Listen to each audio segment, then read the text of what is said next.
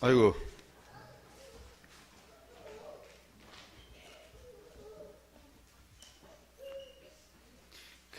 여러분들은 이제 저도 마찬가지지만은 요즘에 웬만한 이 카페테리아 찻집에 가면은 젊은 사람들이 무슨 이렇게 차 한 잔 시켜놓고 이게 책 보고 있는 거 이렇게 보게 되시잖아요. 근데 그 카페테리아가 조용해요? 아니면 시끄러워요? 근데 이 새끼들은 그 안에서도 공부를 한단 말이에요. 옆에서 막 떠들고, 또 어떤 놈은 또 옆에서 떠드는데 또 귀에다가 또 뭐 음악까지 꽂고 있어. 그런데 또 공부를 해. 그것을 뭐라고 말하는가 하면 화이트 노이즈, 흰색 소음이라 그래요. 요즘 사람들은 조금 시끄러워야 공부가 된대.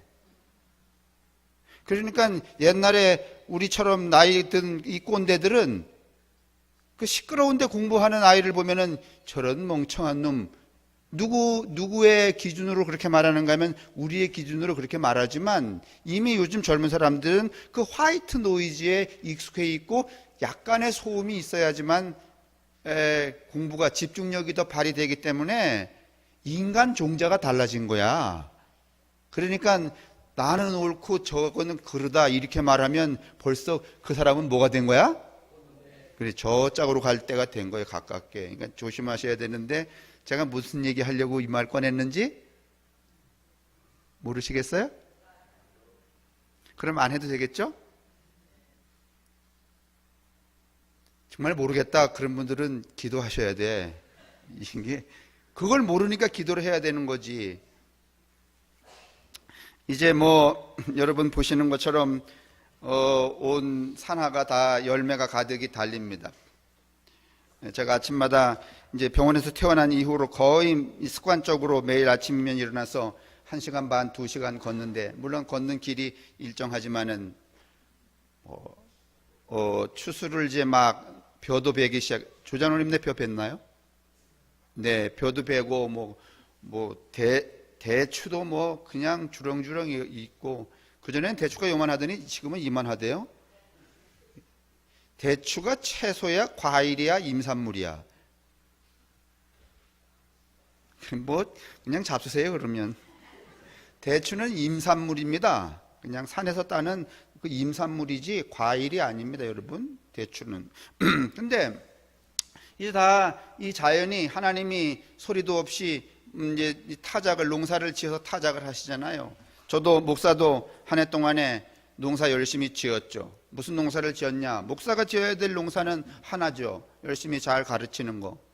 아마 제가 태어난 이후로 그전에도 마찬가지였지만은 아마 저의 입장으로서는 성심을 다하여서 여러분이 듣든지 말든지 성심을 다하여서 가르쳤던 것 같고, 그 가르침에 대하여서 나도 타작을 좀 해야 되겠다. 그래서 오늘 이 시간과 다음 시간은 제가 했던 농사에 대한 타작입니다.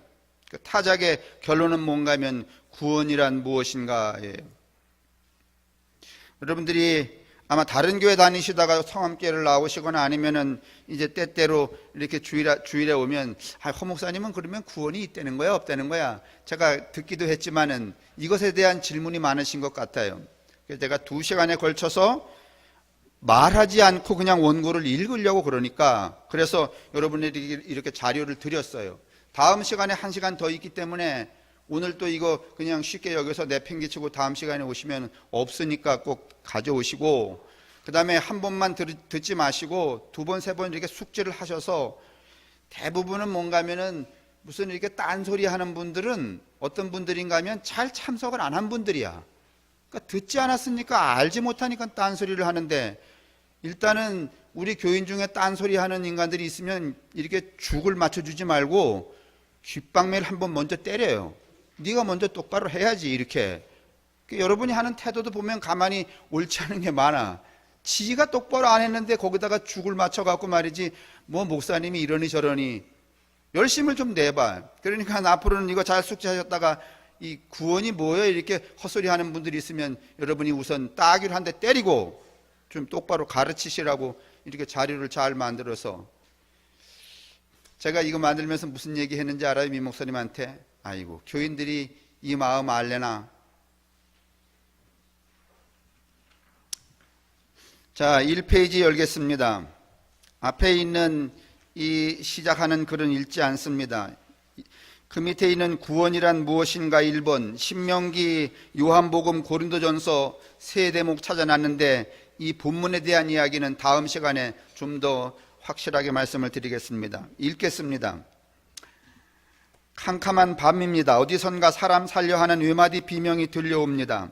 위급한 상황인 거죠. 이 소리를 듣는 사람이면 누구나 본능적으로 그 소리 나는 방향으로 달려갈 것입니다.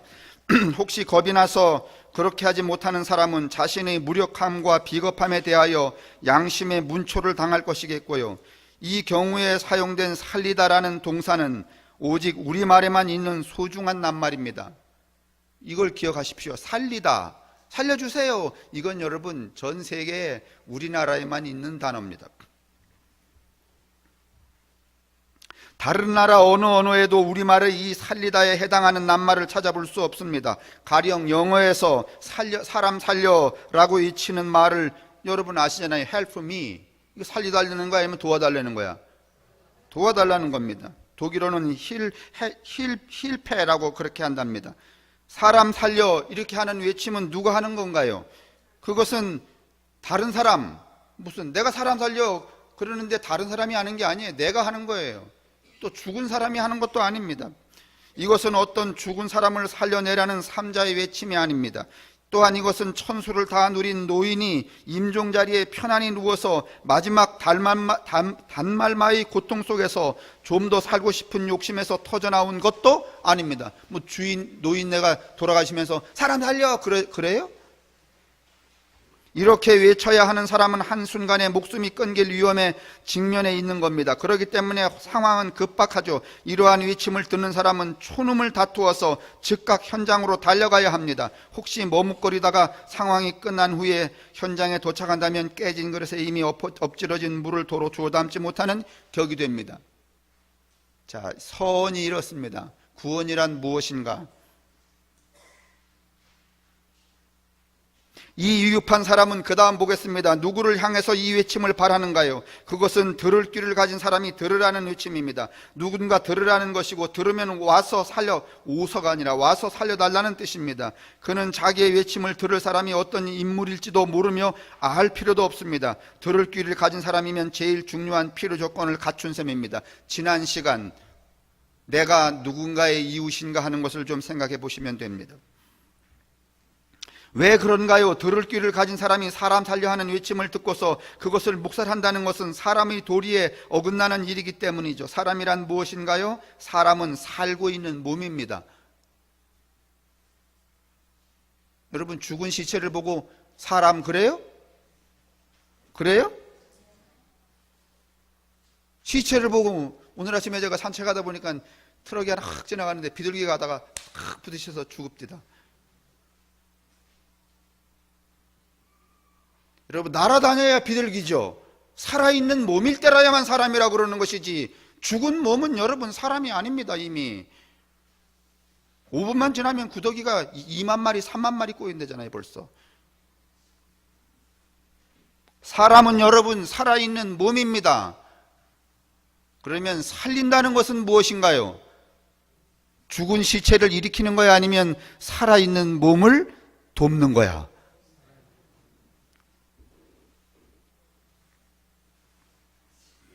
제가 미리 말씀을 드렸습니다. 살고 있는 또는 살아있는 현상, 작용, 힘을 가리켜 생명이라 말합니다. 그렇죠. 이런 어떤 작용과 현상, 그 다음에 몸이 없으면 여러분 그건 생명이 아니죠. 생명이 어떻게 된 거야? 어떤 현상, 숨도 안 쉬고 그 다음에 작용, 뭐 팔다리를 움직이지도 않으면 그건 생명이 아니면 시체야. 죽은 거죠. 살아있을 때 살아있다는 말은 이런 거예요. 정말 중요한 말이죠. 생명은 받은 것이죠. 그런데 생명은 내가 만든 게 아니에요. 어디가 돈 주고 산 거 아니에요. 슈퍼마켓, 이마트나 여러분 무슨 홈플러스에서 여러분 돈 주고 산 게 생명이 아닙니다. 생명은 그냥 나도 모르게 어디로부터 받았어요. 생명은 공짜로 주어졌지만은 그냥 주어진 것이 아니라 살아야 한다는 엄숙한 명령이 붙어져서 주어진 겁니다. 나의 생명이 어느 누구로부터 받은 것이라는 사실은 생명이 무한대의 연쇄고리로 연결되어 있다는 것을 뜻합니다. 그렇다면 나의 생명은 나 개인이 내 마음대로 처분할 수 있는 것이 아니라 나는 그것을 소중하게 키워야 하는 신성한 의무를 지니고 있습니다. 그뿐만 아니라 누군가가 사람 살려 그러면 내 생명이 귀한 것처럼 그 사람에 대하여서도 조건, 상황, 인간 따지지 말고 무조건 달려가서 어떻게 해야 되는 거야? 살리는 거예요. 그게 구원이야. 근데 우리는 여러분 강도 만난 사람이 있으면 무조건 가서 살려 아니면은 이것저것 제사장은 제사장 나름대로 레위인은 레위인 나름대로 따져봐 안 따져봐? 따져봐. 저놈이 내가 도와주면 저 가지고 술 먹을까 담배 피울까 말이지 또 거렁뱅이 짓 할까 말이지 돕는 게 유익이 있을까 없을까? 여러분 저도 생명을 누구로부터 거저받아서 여러분 이렇게 살아가면서 그 생명 살리는 일에 대해서는 우리는 뭐가 많아? 셈이 많아. 이미 그런 사람들은 구원받을 자격이 구원의 자격조차 없다. 이 의무는 단순히 나 하나의 생명을 보존하는 것으로 끝나는 것이 아니라 다른 사람의 생명을 살리는 일도 포함합니다. 그러므로 사람 살려라는 외침을 듣는 사람은 여기에 반응하기 위하여 이 외침을 바라는 사람이 어떤 사람인지 또는 누구의 위협에 직면해 있는지를 알아야 할 필요가 있지 않습니다. 셈할 수 없다 그런 말입니다. 어떤 사람이 생명이 급박한 위험에 처해 있다는 그 단 하나의 사실에서 그는 거기에 응답해야 될 엄숙한 의무를 발견하는 것입니다. 그래서 제가 지난 시간에 무슨 말씀 드렸는가 하면 저항할 수 없는 원리다. 내가 누구의 이웃이 된다는 것은 여러분 뭐 이러고 저러고 따지고 판단할 문제가 아니에요. 그냥 살아있는 모든 존재가 저항할 수 없는 원리예요. 이 원리에 입각해서 우리가 살아야 돼요. 근데 제사장도 레위인도 그 원리를 따라갔어요? 아니면은 셈했어요? 셈했어요. 예수가 말해요. 그렇게 살지 말라.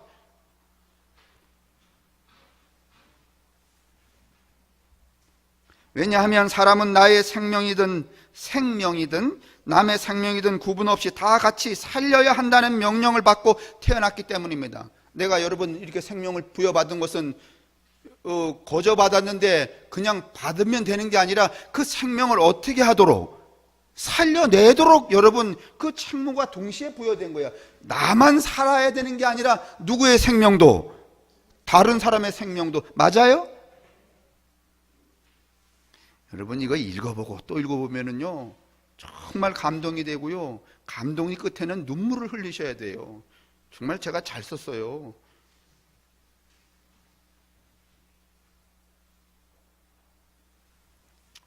제발 살려주세요 또는 제발 목숨만은 살려주세요 하고 비는 말이 있습니다. 이것은 시퍼런 칼날을 목덜미에 들이대거나 뻥 뚫린 총구를 가슴팍에 들이대면서 위협하는 폭행자에게 비는 간청입니다. 아무리 무례한 폭행자일지라도 그로 사람인 이상 목숨을 우리 그런 거 보잖아요. 막 뭐 이렇게 죽이려고 그러면 살려주세요.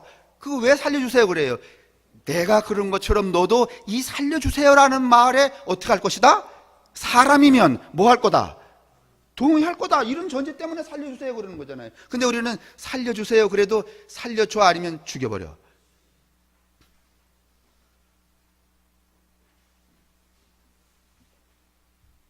아무리 무례한 폭행자일지라도 그도 사람인 이상 목숨을 살려달라는 애절한 호소의 마음이 동하리라는 가냘픈 한 가닥 희망의 최후로 매달리는 것이죠.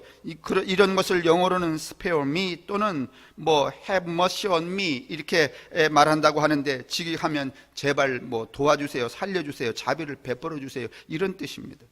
사람 살려라는 경우와 마찬가지로 살려주세요라는 경우에도 살리다라는 동사가 사용되지 아니했다는 것이 우리말 표현과 전혀 다른 특징입니다. 이게 살리다, 살다, 살리다. 이 살리다는 여러분 전 세계에 우리만 가지고 있는, 조금만 가시면 이해가 됩니다. 좀 들어보십시오. 그 다음에 우리말에서 살다라는 말과 살리다라는 말은 동일한 어근에서 조성된 자동사와 타동사. 자동사는 그냥 혼자 있어도 다 의미가 되는 거고 타동사는 뭔가 어울려야 의미가 되는 것을 타동사라고 말해요. 그런데 특기할 것은 내가 아는 한 세계의 주요한 거의 모든 언어에서는 히브리어와 라틴어는 예외이지만은 이 살리다라는 타동사가 살다라는 자동사와 좀 어려운 말인데 그 중요하지 않습니다. 어떻든지 그래서 여러분 성경에는 이게 살리다라는 말이 없으니까 뭐 말을 차용해 와야 돼요. 그래서 차용해 온 말이 소생시키다, 일으키다 그런 뜻입니다. 이게 여러분 굉장한 오해를 낳습니다. 그 다음에 그 밑에 보세요. 우리는 팽이가, 보시나요? 팽이. 자, 저를 보세요. 팽이 돌려보셨잖아요. 팽이가 이렇게 맨 처음에 쌩 몇 번 치면은 잘 돌아가죠. 가만 내비두면은 이제 한참 있다가 뒤뚱뒤뚱 해요, 안 해요? 뒤뚱뒤뚱 해요. 그러면 다시 탁탁탁 치면은 살아나요, 안 살아나요? 그러면 우리가 내가 팽이를 살렸다 이렇게 말할 때 완전히 뒤집어져 갖고서는 자빠졌어, 그냥 나 안 돌아가 하고서는 누운 것을 다시 돌렸을 때 살리다는 표현을 쓰는 거야? 아니면은 죽을라 그런 것을 살려낼 때 언제가 살려내는 거야? 죽기 직전에 어떻게 하는 거? 생명을 다시 뭐 하는 거? 부여하는 거. 그게 살리다예요.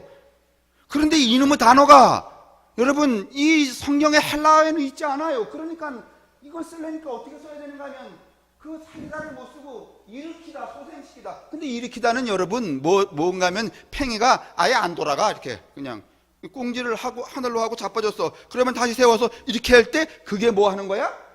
일으키다, 소생시키다야.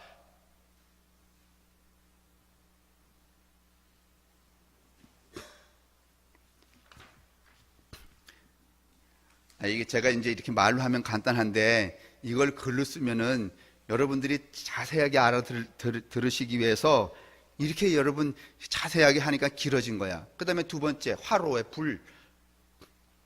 지금은 뭐 아무 때나 막 이렇게 하니까 막 불이 나오지만 그전에는 대부분 다 어머니가 이렇게 불씨를 말이죠. 재로다 이렇게 푹 덮어놨다가 아침에 여러분 그 재를 열어갖고서는 그 불씨를 꺼내갖고 여러분 그 솔가지에다가 호 불어서 불씨를 살려야 돼, 안 살려야 돼? 살려야 되죠. 그러면 불씨를 살리다 이렇게 말할 때 아주 불이 아무것도 없는 씨앗도 없는 것에다가 성냥불을 켜놓은 것을 살리다 그러는 거야? 아니면 요만한 것을 호 불어서 확 일어나게 한 거야? 이건 살리다고. 그 다음에 다 불씨가 아무것도 없어. 그러면 다시 부싯돌을 이렇게 켜갖고서는 불을 하면 그건 살린 거야? 아니면 일으킨 거야? 그러면 살리다와 일으키다는 같아, 달라?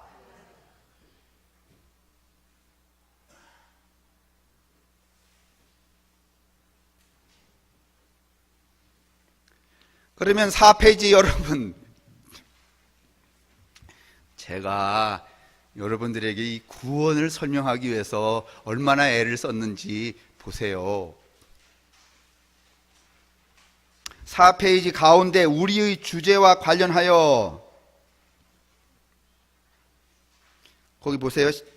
우리의 주제와 관련해서 특히 주목해야 할 점은 신약 성서가 기록된 문자인 그리스어에는 살다라는 우리말에 대응하는 자동사는 있지만 이 자동사의 어근에서 만들어진 타동사 살리다는 없다는 것입니다.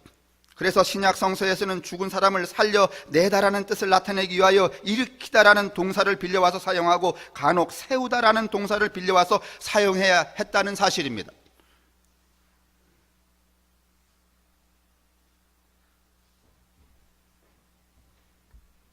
즉 하나님께서 예수 그리스도를 죽은 사람들 가운데서 살리셨다. 이 표현은 일으키다라는 동사나 세우다라는 동사를 사용하여 표현했고, 예수 그리스도는 살아나셨다, 부활하셨다는 표현은 일으키다는 동사의 수동태형을 사용하여서 예수 그리스도는 일으켜졌다라고 표현했으며, 또 이 동사는 타동사로 사용되고 자동사로도 사용되기 때문에 이것을 사용하여 예수 그리스도는 일어서셨다 이렇게 표현했다는 것입니다. 그리스도교가 전파하는 구원에 관한 기쁜 소식을 복음이라고 말합니다. 복음의 핵심 내용은 예수 그리스도입니다. 맞죠? 맞죠? 몇 마디 더 덧붙여서 기술한다면 복음의 내용은 예수 그리스도는 하나님이 최종적으로 보내신 인류의 구원자이시다 이렇게 말할 수 있습니다. 여기서 구원. 그러면 이 예수님의 구원이 불이 다 꺼진 것을 다시 부싯돌을 켜서 일으키는 걸까? 아니면 꺼져가는 것을 확 피어나게 하는 걸까? 지금 제가 구원이란 무엇인가를 말하고 있는 거예요, 지금.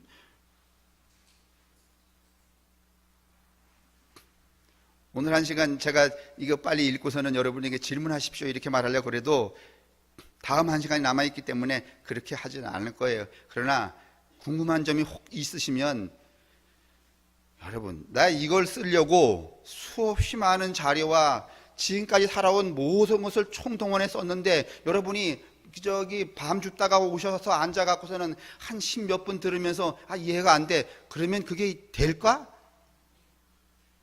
그러니까 오늘 지금 이 얘기 들으시고 안 되면, 이해가 안 되면 집에 가셔서 최소한 몇 번을 읽으셔. 몇 번? 그냥 3, 4번 합시다. 그럼 몇 번? 난 3번만 읽어도 이해가 되실 거라고 생각이 들어. 근데 그 수고도 안 하시고 뭐 알겠다, 모르겠다, 어렵다, 이때는 둥, 업되는 둥. 아유 진짜 세상에 장사도 이런 장사가 어디 있겠어. 예수 그리스도는 하나님이 최종적으로 보내신 인류의 구원자이시다라는 말로 요약할 수 있습니다. 5페이지 하고 있습니다. 예수 그리스도는 세상 사람들에게 구원이라는 선물을 가져오신, 제공하신 분이라는 거죠. 그리스도교를 제약회사에 비유한다면 그리스도교가 세상에 내놓는 제품은 복음이라는 이름이 붙여진 의약품이라는 셈이죠. 하여간 뭐 별 얘기를 다 했어. 그리고 구원자로서 예수 그리스도는 이 의약품의 내용물입니다. 어떤 제약회사가 신기한 효능을 지닌 신약을 발명하면 그 회사의 주가는 아침에 급상승을 하죠. 제약회사가 내놓은 신약이라는 것은 그 효능면에서 과거의 것들과 비교해서 월등히 새롭다는 것이지 전혀 다른 것이라는 말은? 아니, 어느 제약회사에서 무슨 당뇨에 좋은 약을 내놨어요. 그러면 지난번에 쓰던, 과거에 쓰던 것보다는 효능이 월등히 어떻게 하다는 거지? 좋다는 거지. 전혀 다른 약은 그런 건 있을 수가 없어요. 그러면 신약이라고 하는 게 그런 거라고 할 때 이놈의 신약은 무엇을 근거로 출발하는 걸까? 신약 먹기 전에 무슨 약 드셨어? 구약 먹었잖아요. 그러면 신약에서 말하는 구원은 구약에서 말하는 구원의 연장선상에 있다 없다? 이 얘기를 하려고 그러는 거야. 따지고 보면 말은 쉽고 문장은 좀 어렵잖아요. 그 얘기를 해요. 비교해서 월등히 새롭다는 것이지 사람들이 전혀 희구하지 않던 어떤 새로운 효능을 지녔다는 것을 뜻하지 않습니다. 그리스도교라는 제약회사가 제공하는 신약의 발명과 제조 과정, 판매 실정 등에 관한 이야기는 신약 성서에 기록되어 있습니다. 그게 판매 장부예요. 거기 뭐 효능이 뭔지, 왜 이렇게 약 사면은 뒤에 붙어 있잖아요. 뭐 성인은 뭐 1회에 반알, 그 다음에 어린아이는 2분의 1알, 그 용법, 효능, 그 다음에 또 이 약의 성분, 그걸 적어 놓은 게 뭐야? 구약이다, 신약이다? 신약이잖아요, 그게. 근데 그걸 따지고 그 안에 그게 성분 표시, 그런 표시를 해놓은 게 신약 성서예요. 근데 그 안에 있는 약은 누구예요? 예수 그리스도죠. 예수 그리스도를 먹으면 뭐가 일어난다는 거야? 구원. 효능이 구원이잖아요.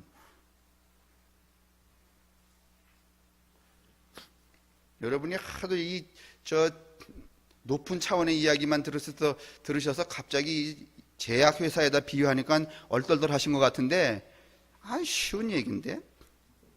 신약 성서라는 용어 속에 구약 성서가 존재한다는 말을 하려고 이 말을 하는 겁니다. 그러니까 신약 성서의 신약 이야기는 구약 성서에 기술된 여러 가지 치료제, 즉 약들에 관한 이야기들의 연장선상에서 나온 것이지 구약 성서의 치료제들이 치유하려고 했던 문제들과 전혀 관계가 없는 새로운 문제를 치유하려고 했던 그게 아니라는 말이죠. 신약이라는 게. 그렇죠? 구약도 뭔가면 약이란 말이에요. 근데 그것도 사람을 어떻게 하려고? 그렇지, 살려고 했던 약 아니에요. 그걸로 조금 더 보강, 좀 더 효능이 더 훌륭하게 만들어낸 게 뭐야?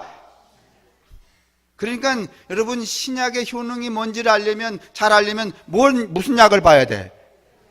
그래서 병원에 가면 여러분 물어보잖아. 선생님이 전에는 무슨 약 드셨습니까?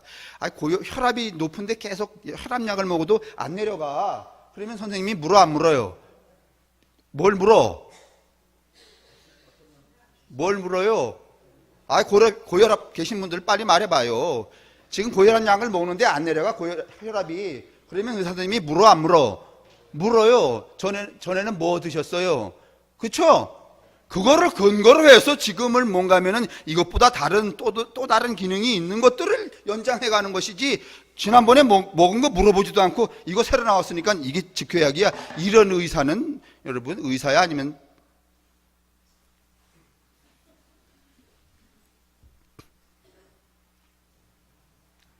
그러기 때문에 그 5페이지 가운데의 세 번째 유의, 그러기 때문에 구약의 이야기를 모르고서는 신약의 내용을 이해할 수 없으며 신약의 내용을 모르고서는 구약을 이해할 수 없다, 이렇게 제가 썼어요. 그 다음에 5페이지 밑에 신구약 성서의 내용을 약이라는 비유를 사용하여 이해하기 쉽도록 설명을 했는데, 지금 여러분 머리가 복잡하죠?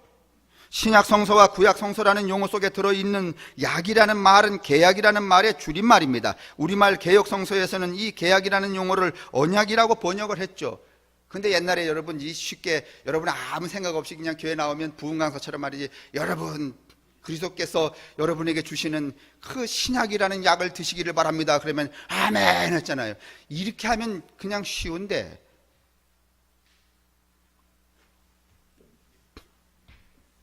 이 계약은 하나님과 이스라엘 백성 사이에, 아까 신명기 읽을 때 거기 나왔어요. 체결하신 것인데, 그 내용은 하나님이 이스라엘 백성을 구원하시는 구원자가 되고 이스라엘을 자기 백성으로 삼으신다는 것이었죠. 신명기? 에? 신명기에 그렇게 쓰여져 있어요. 신약 성서의 거의 대부분, 즉 창세기 12장에서 시작하여 네 복음서가 끝나는 데까지는 특별히 이스라엘 민족의 역사에 관련된 이야기가 기술되어 있습니다. 그렇지만 이 이야기는 단순한 세속적 인간의 역사 이야기가 아니라, 6페이지, 이제 한 장 남았으니까 기대하세요. 민족의 인물들과, 이스라엘 민족의 인물들과 사건들 속에서 하나님이 이스라엘 민족에게 구원을 베푸시기 위하여 어떻게 일하셨는지를 증언한 책이죠. 맞죠? 구약 성서가 뭐 이런 얘기 저런 얘기 많지만은 결국은 이스라엘 백성을 하나님께서 어떻게 구원하셨나 하는 얘기를 썼어요, 안 썼어요? 이스라엘 백성들이 애굽에서 종살이 할 때 하나님이 이스라엘 백성들을 구원했어요, 안 했어요? 예? 구원했죠. 그럼 이스라엘 백성들이 애굽에서 다 죽어서 광안에 있는 것을, 일어나! 그래서 홍해를 건너서 여러분 광야로 데리고 나간 거야? 아니면 아직은 죽지 않고 목숨이 붙어 있는데 죽은 것과 진비 없는 그 막 꺼져가는 그 생명들을 이렇게 채찍질해서 데리고 나온 거야? 다시 한번 말해요. 이스라엘 백성들을 애굽에서 데리고 나오셨잖아요. 모세를 통하여서. 그때 이스라엘 백성들이 다 죽은 거를 일으켜 세워서 송장들을 데리고 이렇게 새롭게 태어나서 데리고 온 거야? 아니면 산 놈들을 데리고 나온 거야? 그러면 구약의 구원은 죽은 놈을 일으키는 거야? 산 놈을 새로운 데로 데리고 가는 거야? 그럼 구원이 뭐 같어요? 구약의 구원이 그러면 신약의 구원은 뭐겠어요? 좀 느낌이 좀 안 와요? 온다? 안 온다. 온다면 고개를 들으시고 안 온다면 고개를 숙이시고.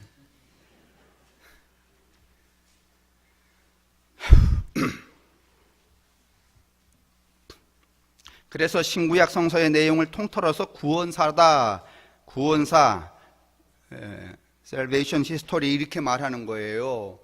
구약도 구원사고 신약도 구원사예요. 근데 여러분 한번 생각해 보세요. 구약의 이스라엘 백성들을 하나님이 구원하실 때 어떤 상태의 사람들을 구원하셨어요?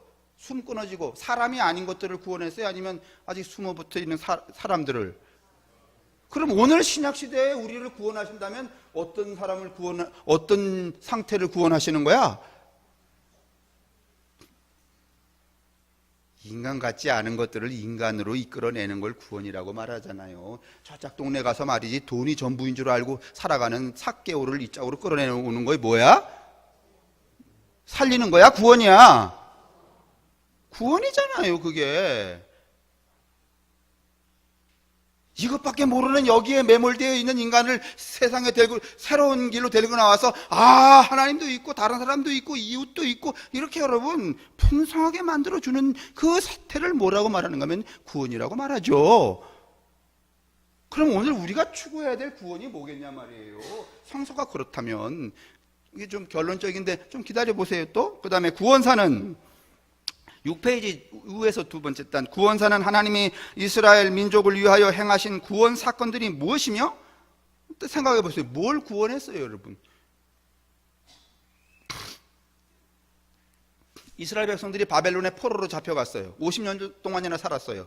그런데 하나님이 이제 어떤 정치적인 변동 때문에 이스라엘 백성들을 다시 다 또 예루살렘으로 가라 그랬어요. 사람들이 뭐라 했어요? 우리가 다 하나님이 우리를 뭐 하셨다? 뭐 하셨다? 구원하셨다 그랬어요. 그때 그 구원이 어떤 의미예요? 죽은 거를 일으켜 세운 거야? 아니면 산 놈들을 데리고 간 거야? 다른 환경으로. 그걸 뭐라 그랬어요? salvation, 구원. 맞아요? 그런 걸 좀 생각해 보시라는 거야. 약속의 내용이 무엇이며 그 내용이 언제 누구에게서 또한 무슨 사건에 최종적으로 성취되었는지를 증언하는 것입니다. 구원사를 이해하기 위해서는 궁극적으로 구원이라는 것이 도대체 무엇인지를 올바로 파악하지 않으면 안 되게 되어 있는 거죠. 다시 제약 이야기로 돌아가 보지요. 의약품이 거의 대다수는 갖가지 질병을 고치는 데 사용되는 치료제입니다. 그런데 의약품에는 치료제만 있는 것이 아니라 건강을 유지하거나 증진하는 데 사용되는 이른바 건강식품도 있습니다. 건강제도 있습니다. 맞죠? 치료제는 의사의 처방이 있어야 되고 건강식품은 없어도 되고, 그러면 또 건강식품만 있는 게 아니라 건강해지는 기구도 있어. 뭐 발이 아프면 발을 드드드드드 이렇게 해갖고선 무슨 피로를 풀어주는 무슨 건강보조 기구. 그렇죠? 이걸 한꺼번에 묶어갖고 치료제, 그 다음에 건강식품, 건강운동기구, 이걸 한꺼번에 팔면은 한 방에 끝내, 안 끝내? 무슨 얘기인지 모르시겠어요? 치료제하고, 그 다음에 건강식품하고, 그 다음에 또 그 기계하고를 한꺼번에 팔아서 한 번에 복용하면은 간단하게 해결될까, 안 될까? 되는데 그렇게 팔아, 안 팔아? 그거 여러분 연구해서 팔아보세요. 그러면 정말 돈 떼부자 될 거야.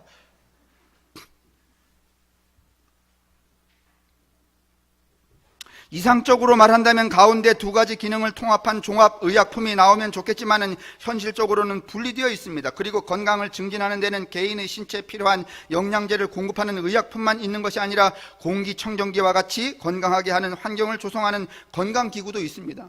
뭐 별거 많지. 뭐 별일을 다 하죠. 치료제만 먹는 게 아니라. 의약품이나 건강기구는 모두 인간이 질병의 고통에서 벗어나서 건강을 누리면서 편안하게 살도록 하는 데 목적이 있겠죠. 그렇지만 예를 들어 어떤 사람이 좋은 의약품을 복용하여 병이 치유되고 건강이 증진되어서 집안에 공기청정기를 설치해 놓고 신선한 공기를 마시면서 사는 것은 바람직한 일이라 하더라도 가족 사이에 불화가 있거나 좋은 약 먹고 말이지, 좋은 보조식품 말이지, 뭐 홍삼 먹고 말이지 힘 바짝 길렀는데 맨날 대판 싸움질만 한다. 그러면 그게 소용이 있을까 없을까?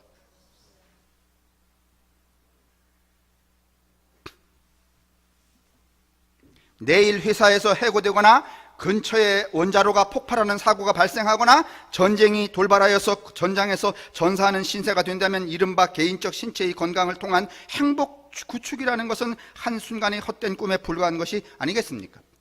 그래서 그리스도교가 오늘 이 세상에 제시하는 구원이란 도대체 무엇인가요? 구원이 무엇이냐는 물음은 인간의 희귀하는 궁극적인 상태가 무엇인가라는 물음과 별개가 아닙니다. 인간은 참으로 복잡한 존재입니다. 인간은 인격체로서 누구도 침범할 수 없는 독자성을 가진 개체적인 존재이면서도 남과 교제를 하지 않으면 안 되는 관계적인 존재이기도 합니다.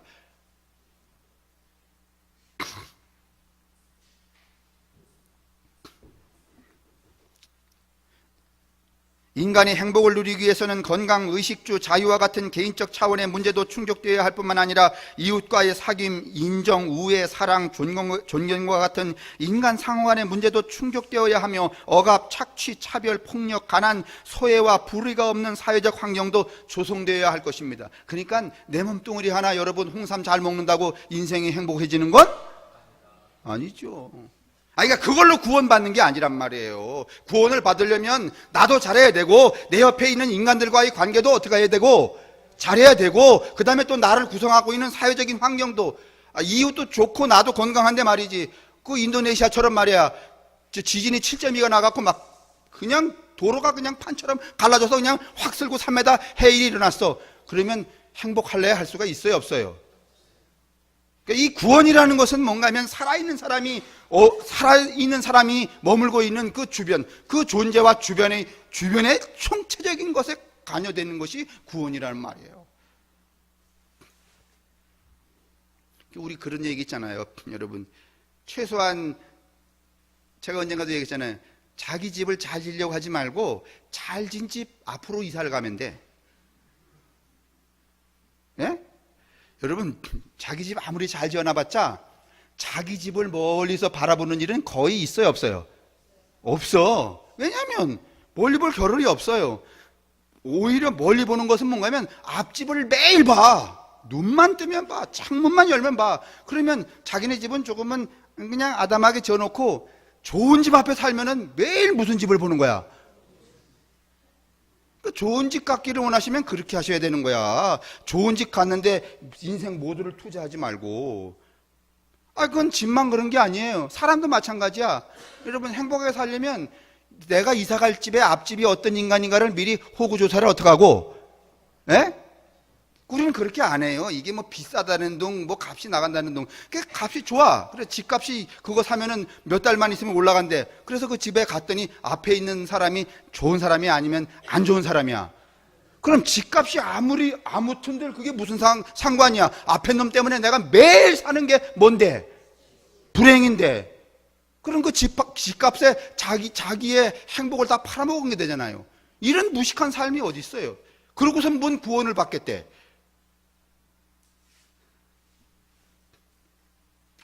이런 얘기 하려면 막 끝이 있겠습니까? 빨리 끝내. 이제 거의 한 장 남았으니까.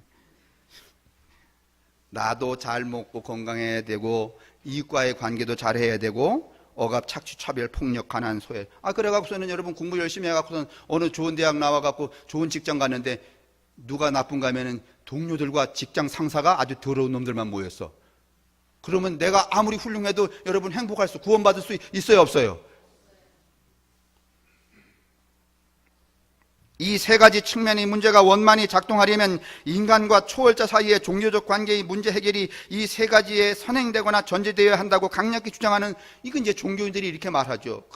그렇기 때문에 나를 둘러싸고 있는 이것들이 잘 원만해지려면 우선은 내가 인간 개개인이 누구하고 관계를 잘 맺어야 된다. 하나님하고. 그래서 이제 목사님들이 뻥치잖아요.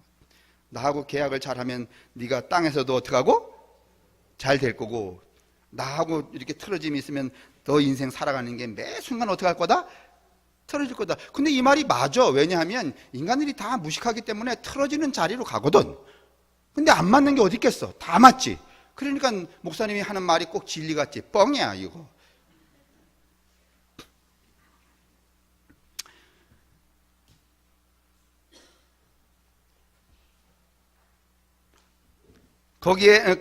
그러나 어느 누구가 인간의 궁극적 행복을 위한 완벽한 청사진을 제시했다 하더라도 별로 효용성은 없습니다. 왜냐하면 인간은 모두 아무리 좋은 제안이라 하더라도 그대로 따를 만큼 이성적인 존재가 아니기 때문입니다. 인간은 저마다 이기주의에 사로잡혀 있기 때문에 자기의 이기심을 충족시키느라고 인간은 어쩔 수 없이 끝없는 경쟁, 분쟁, 투쟁, 갈등에 휘말려 들게 됩니다. 모든 사람이 동의하는 이 하나의 이상적 청사진을 마련하는 것도 불가능하겠지만은 설령 그러한 청사진이 마련되었다 하더라도 그것은 고양이 목에 방울 달기와 같은 제안에 불과합니다. 왜냐하면 그러한 청사진을 시행할 주체를 발견할 수 없기 때문입니다. 사실은 그리스도교가 그러한 청사진을 만들어 놓았으며 그리스도교회가 그것을 실현할 주체로 유임을 받았음에도 불구하고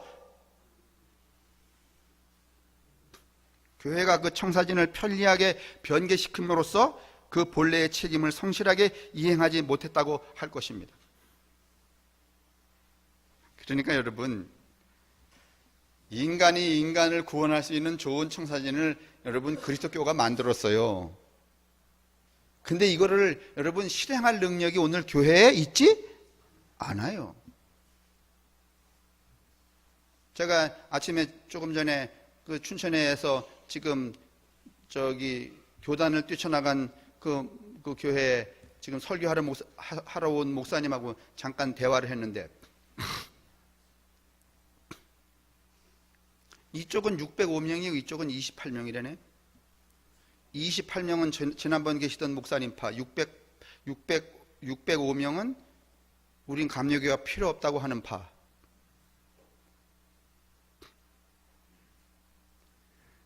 그러니까 좋은 청사진이 있는 교회 안에 들어와서 이 싸움 박질들이니 구원은 누가, 언제, 어떻게 가능할 수 있단 말이에요.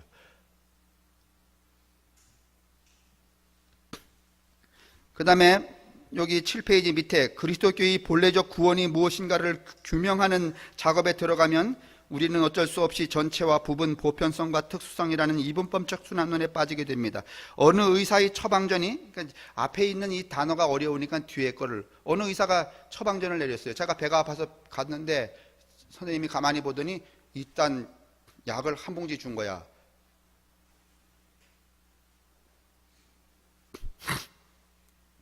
근데 이틀 지나서 또 민 목사님이 배가 아프대. 그래서 제가 뭐라 그러냐면, 나도 어제 배가 아파서 병원에 갔는데 선생님이 약을 이만큼 주더라. 그러니까 나도 배가 아파서 이 약 받아왔으니 너도 배가 아프니까 이 약 먹어라. 그러면 여러분 드시갔어? 안 드시갔어? 네? 그건 보편성이 없다는 거잖아요. 그죠? 같은 배가 아픈 건데도 불구하고 특수하다는 거지, 그지? 그러니까 너가 배 아픈 거하고 내가 배 아픈 거하고. 근데요, 옛날에는 목사님들이요 이런 식으로 약 팔았어요. 한 100년 전쯤에, 100년 전이 아니에요. 제 나이 어렸을 때, 저는 이 봄, 가을로 회충약이 없으니까 회충약 대신에 휘발유를 한 사발씩 먹었으니까. 회충약이 없으니까. 회충은 잡아야 하고, 이 헛배는 불러오고. 근데 또, 이제 헛배가 부르면은요, 가끔씩 또 배가 아파요. 그러면은 저희 큰어머님이 배에다가 뭐 이렇게 발라줬는가 하면, 아까전기 발라줬어. 그럼 또 나는 또 철석같이 그거 바르면 또 좀 배가 어떻게 한 것 같아? 안 아픈 것 같아. 내가 일기에 썼어요. 40년 전에. 40년 더 됐겠지. 뭐 한 50년 전에 일기를 썼어. 오늘 배가 엄청나게 아팠는데 큰어머니가 빨간 약을 바르셨다. 근데 200년 뒤에 누가 내 일기장을 뒤져봤어. 딱 보면서 박수 치는 거야. 배 아픈 데는 뭐로구나. 아까전기로구나. 그런데 어떤 분이 배가 아팠어. 근데 왜 배가 아팠는가 하면 위에 암이 생겨갖고 배가 아프기 시작한 거야. 거기다가 아까전기 바르놓고 주여 나을 줄로 믿습니다. 그러면 나을까 안 나을까? 나을 수 있지만은 100만 분에 하나쯤 나을 수 있겠죠. 그렇죠? 나을 수 있지만 그것은 여러분 진실이 아니야. 근데 옛날에 여러분 대부분 다 성경 이렇게 뒤집어 꺼내놓고서 말이지 믿습니까? 그러면 다 믿고선 그렇게 됐어 안 됐어? 이런 우매한 기독교가 어디 있습니까? 약 그렇게 팔았잖아요. 근데 옛날만 그렇게 파는 게 아니더라고. 내가 좀 둘러보니까 지금도 그 장사하는 사람들이 이스가 아니야. 그냥 다 그 장사하고 있어. 전체와 보편성, 특수성이라는 이분법 순환론에 빠지게 되죠. 어느 의사의 처방전이 신통한 효력을 발휘했다면 그 처방전은 그것이 발부된 특수한 그 환자에게만 효력을 발휘한 것이지 그 처방전이 모든 시대에 모든 사람들에게 공통으로 똑같은 신통력을 발휘할 수는 없습니다. 이건 상식 아닙니까? 그렇지만 모든 시대의 모든 종류의 인간이 공통의 병을 앓고 있다고 가정하고 이 공통의 병을 포함하여 모든 시대의 모든 사람의 모든 종류의 병을 단번에 치유할 수 있는 신통력 있는 명의, 그러한 명의가 나타날 것이라고 약속이 되었고, 그러한 약속이 과연 성취되었다면 그러한 명의가 인류의 구원을 위하여 제시한 처방전은 개개인에게도 적용되면서 동시에 보편적으로 모든 시대의 모든 사람 전체에게도 적용이 돼야 할 것이고 적용이 됩니다. 그리스도인들은 예수 그리스도가 바로 이러한 명의, 보편성과 특수성을 동시에 충족시키는 존재라고 믿고 그 예수를 따라가는 거죠. 맞아요?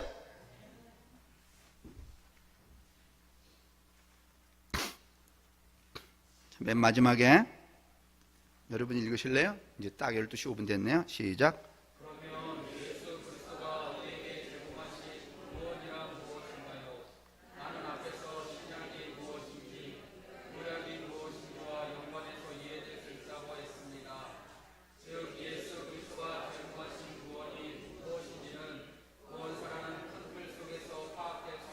네, 그래서 제가 구약의 구원사가 어떤 것이라는 거 제가 지금 잠깐 언지를 드렸어요, 안 드렸어요?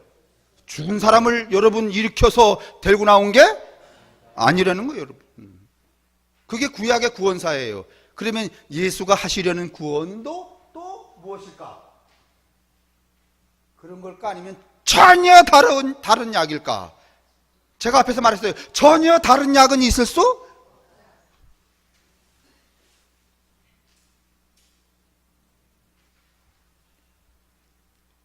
민유승 권사님, 죄송한데요. 지금 오늘 이거 조금 이해가 되시나요? 뭔 얘기인가 이렇게 그래도 가물가물은 하시나요? 민유승 권사님께 여쭤보는 거예요.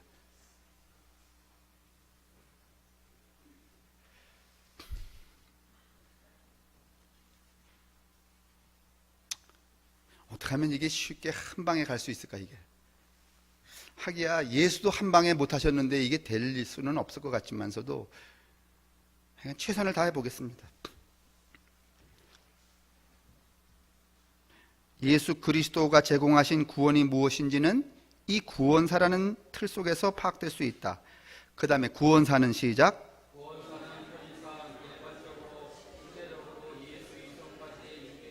잠깐만요. 이게 세 시기로 나눈 거예요. 이 구원의 양태가 예수 이전 유대교 시대 때 구원이란, 그죠? 그 다음에 예수가 십자가에 죽기 직전까지 공생애 하는 동안에 예수가 보여주신 구원이란, 그 다음에 그 세 번째는 뭔가 하면 예수가 죽었다가 부활하신 이후에 우리에게 실현하시기를 원하시는 구원이란, 이렇게 세 섹션, 세 시기로 나눌 수 있다는 거예요. 유대교 시대의 구원은 어떤 것이었을까요? 예수님이 살아계셨을 때 십자가에 죽기까지의 구원은 어떤 것이었을까요? 예수가 죽은 다음에 부활하신 다음에 우리에게 말씀하시는 구원은 어떤 것일까요? 이 세 구원이 어떤 연장선상에 있을까요? 아니면 전혀 다른 것일까요?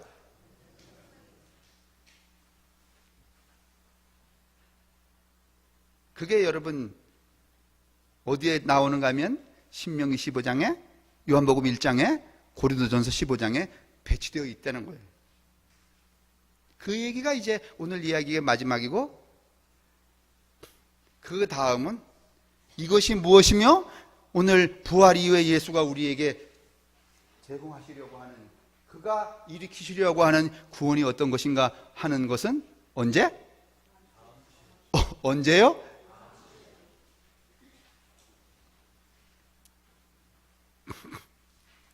근데 여러분 다음 시간에 가기 전에 고린도전서 15장 우리가 여기 오늘 본문에 나와 있는 45절만 한번 보십시다.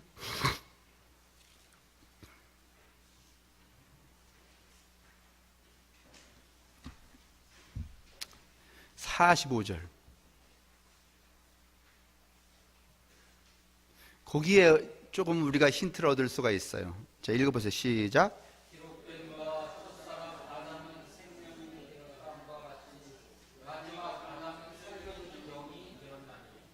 무슨 영? 그러면 부활하신 예수가 우리에게 끼치시기를 원하시는 구원은 죽은 걸 일으키시기를 원하는 거야? 아니면 살려주는?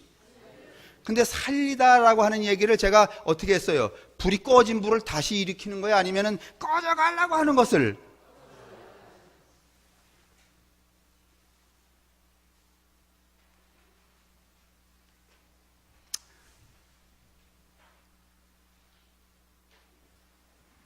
다음 시간을 기대해 주시고, 혹시 다음 시간을 못 오시는 분들은 자료가 뒤에, 다음 시간에 자료가 여기 있으니까 다음 시간에 다음 주일에 오시는 분들도 한번 이렇게 시남이 읽어보시고 오면은 금방 이해가 되셔요.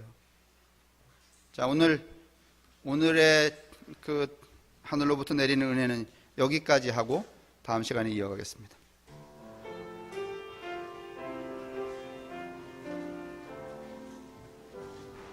우리에게뿐만이 아니라 우리의 이웃에게도, 또 이 세계 안에도, 또 민족과 국가 안에도 우리의 구세주이신 예수 그리스도가 은혜 중에 내리시기를 원하시는 구원의 역사가 충만하게 하게 하여 주옵소서.